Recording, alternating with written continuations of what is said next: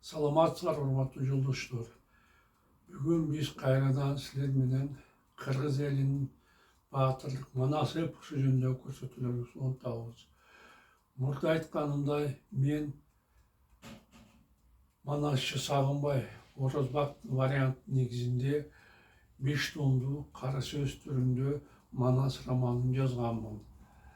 Бул романдарды мен Кыргыз Республикасынын Bilim Берүү жана Илим министрлигинин алдындагы Bilim Берүү Академиясынын текшерүүсүнөн өткөрүп, азыркы учурда бул китептер орто мектептердин кыргыз адабият программасына Манас эпосун окуп үйрөнүүдө кошумча курал катары сунушталган. Ошондой эле мен мектеп окуучулары үчүн Манасты окуш жеңил болсун деп 8-11 класстын окуучулары үчүн атайын ушул жумушту дептерлерди түздүм. Бул дептерлер дагы Билим Берүү Академиясы тарабынан мектептердин программасына кошулган. Азыркы учурда мен 3 жылдыктын 2 бөлүгү болгон Семетей эпосунун үстүнөн иштеп жатамын. Мен азыр Семетейдин 1 томун романды бүтүрүп, азыр 2 томдун үстүнө иштеп жаткан мезгилим. Биздин баатырлык эпосубузду мындан ары жайылтуу максатында мен 5 томду толук бойдон орус тилинде которуп, романдын орусча жана кыргызча варианттарын атайын интернет сайт ачтым, epos-manas.com деп. Ушул сайтка сатуу үчүн коюп койдум. Кимде ким кааласа ошол жерден китептерди сатып алса болот.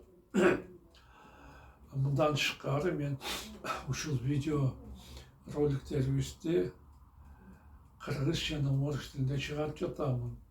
Орус тилиндеги видео роликтер дүйнөнүн 112 тилиндеги субтитрлер менен коштолуп жатат. Бул деген биздин жер жүзүнүн ар бир жашоочусу өзүнүн эне тилинде же ал жакшы билген тилде Манас эпосу менен тааныша алат дегенди түшүндүрөт. Ошондуктан мен силерден суранат элем, биздин видео роликтер жөнүндө силер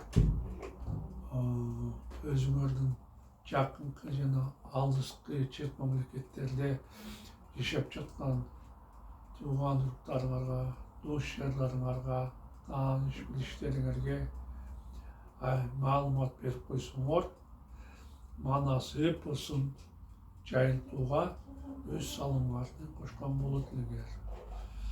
Мына менин ушу эпос жөнүндө кыскача айтайын дегеним ушул. Эми болсо силердин уруксатыңар менен мен өзүмдүн романымды окууну улантсам. Алмамбет эмне деп жооп берүүсүн билбей жерди тиктеп туруп калды. Мен эмне кылсам экен деп ойлондук да. Ушул кезге чейин Манаска бул деген жок элем.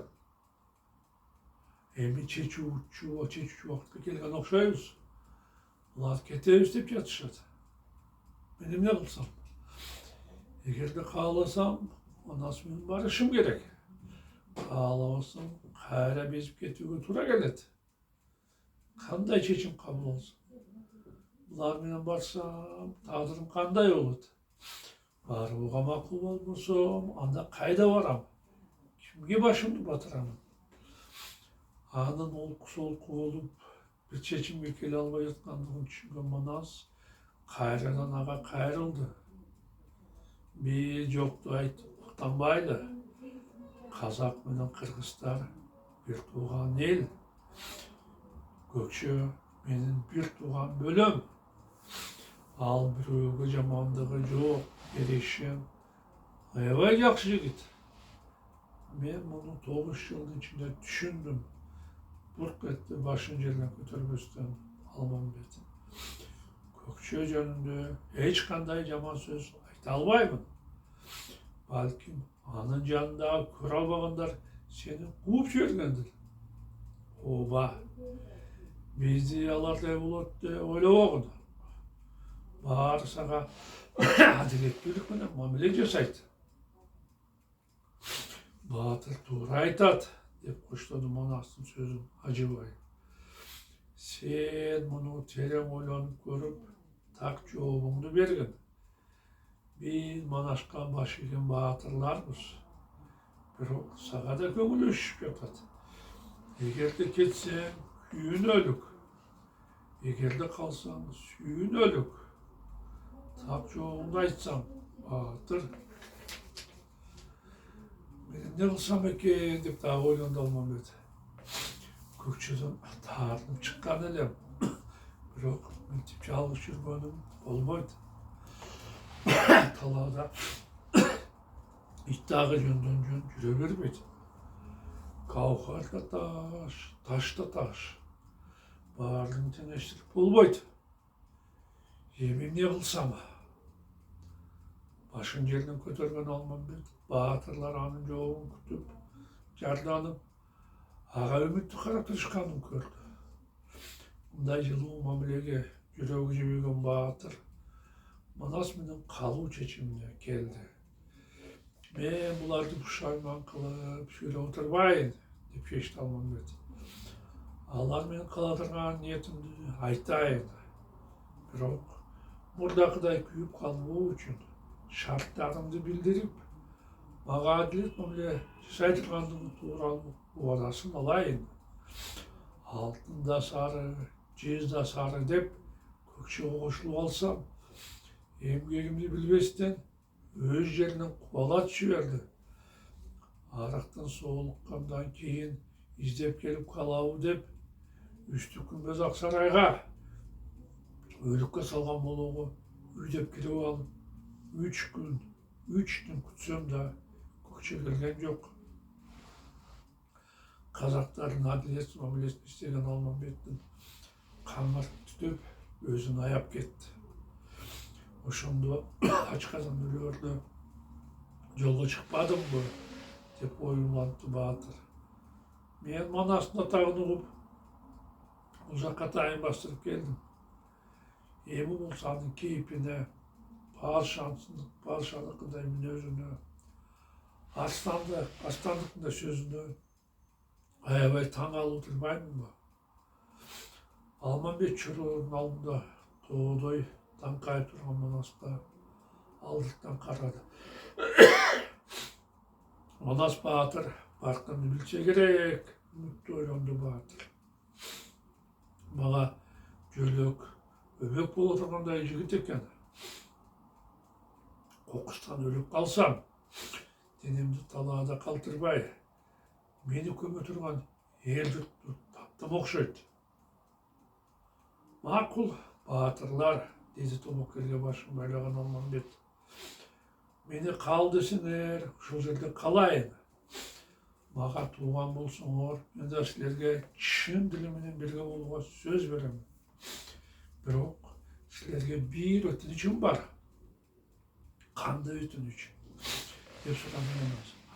Ол кусол куулгун Алмамбет Манаска жана 40 баатырга жигиле карады. Булардын баары ачык айрым, жакшы жигиттер окшойт, деп божомолдоду баатыр ичинен. Бирок мурдакыдай күйүп калбоо үчүн коркпостон, булардан алдын ала убадаларын алайын. Эгер урматтап, эмгегин биле турган болсо, булар менен кошо калайын.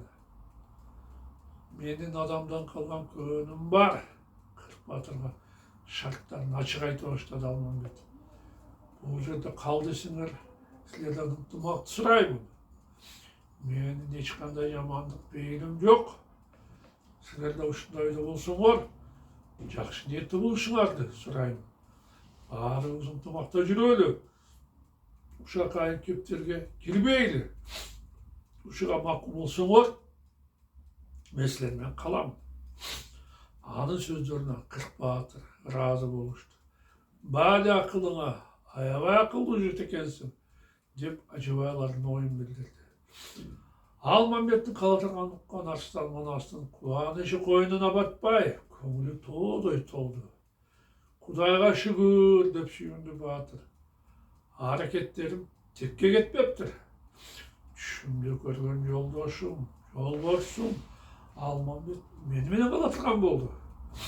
Emi Kuday buyursa işlerimiz bundan da aldık acılat. Edi jurtubuz menen bakıvat bolabız. Almanbet'te kıyın jigit bizde turup, eli jeri üçün kızmat kılsa, sen bolbayбыз. Biz annem gelin bilip, hiç kaçan yamanlık kılbayбыз. Көкшенің қазақтарындай болып, аны заlatпайбыз. Hiç uақытта бұл жерден аны қуып жібермейбіз. Şimdiki ушундай плаштерге барып, Almanbеттің көңілін қалтыратқан болса, мен аны өзім муздап таштаймын. 9. bab. Manas Almanbet'in gelişine toy berген. Almanbet Kırgızстанмен калатырганды кубанган 40 баатыр айылга жагымдуу кабарды билдирүү үчүн бараткан болушту. Манас бозулуу баш болгон 4 жарауга буйрук берди. Силер азыр Жакып атама баргыла, энекем Чыйырдыга кабар салгыла. Almanbet балаңар келди. Кудай биздин тилегибизди берди. Almanbet Manaska жолдош, дүйнөдө колдош, жол качылса жолборс, учам десе канат, бүт жердага өбөк желек болот деп айткыла. Айтып сүйүнчүсүн алгыла. Алар мага дүнүйөсүн аябайт беле. Жарайт деп бозулуу чоролор менен айылга жөнөп кетти. Бул учурда Байжакып Самаркандтын сыртында Белсаз кырчында бээ байлап, малын жайма-жай багып жатты. Баласын Салбургунга кетип, 2 жумага жакын убакыттан бери жоголуп кеткенине Абышка тынчсыздана баштады. Манаска эмне болду деп ойлонуп жатты Борюнду Жакып. Ал түшүн жоруп, элдин батасын алгандан кийин бир топ убакыт үйдө жатты. Мындан 10 күн мурда кырк чоросун аң булаганга кетип, ошондон бери дайыны жок. Балам Almanbetке жолукту бекен, жокпу. Балким Almanbet башка жол менен кетип калгандыр. Андай болгондо Манастын түшү калпшынып калабы. Баласын ууга кеткенине 11 күн болгондо Жакып боз үйүнүн эшикке чепкен желбеге жабынып чыкты. 2 күн эми гана батайын деп жаткан мезгил. Жакып үйүнүн жанында көкшөлөргө салынган кызыл-тазыл килемге отурду. Баласынын кайда жүргөнүн ойлоп, пушайман болгон Абышка ойлуу Манастыр кеткен тарапты карап, жолдун 4 аччанын чаап келе жатканын көрдү. Алар алыстан сүйүнчү деп кыйкырганын уккан Жакып ордунан тура калды. Булар эмне дейт деп ойлонду Абышка. Аччандар кимдер экен? Колу менен көзүн күндөн какалай, ал жолдун чаңын асманга көтөрүп жаткан чабан дестерге карады. Аччандардын башында бозулуу келе жаткан турбайбы деп ойлонду Жакып. Мен каңгырып ушуп калдымбы? Жала чындап эле сүйүнчү деп кыйкырып жатышабы? Абышка кыйкырыктарды бир аз тыңшап турду. Жок, жаңылбапмын. Аччандар сүйүнчү деп бакырып жатышат. Чамамда Манас Almanbetке жолугуп, аны айылга алып келе жаткан окшойт.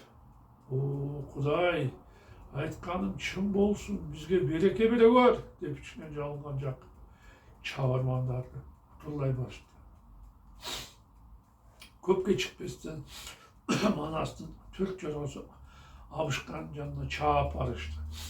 Бети башы чаң болгон бозулуу ага кубанычтуу кыйкырды.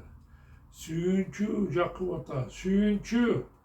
Баатыр балаң Манаска качырганы жолборсту, кайсаганы албастай болгон Almanbet келди. Сүйүнчүсүн бергин, ата. Жакып ага жооп бергенче Чыйырды ордодон чыга калды. Манас 15 жашка чыкканда жуманын түнү түш көргөн элем. Толқындана сөйледі бәйбіше. Түшімде Алмамбет ағамның жанында жүріпті.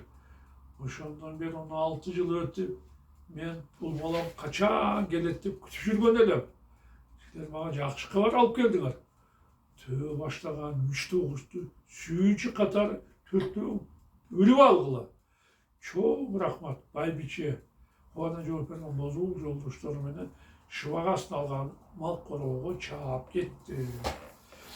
Мына урматтуу жолдоштор, биздин убактыбыз соңуна жетти. Мен силер менен коштошомун. Кайрадан жолугушканча саламатта калгыла.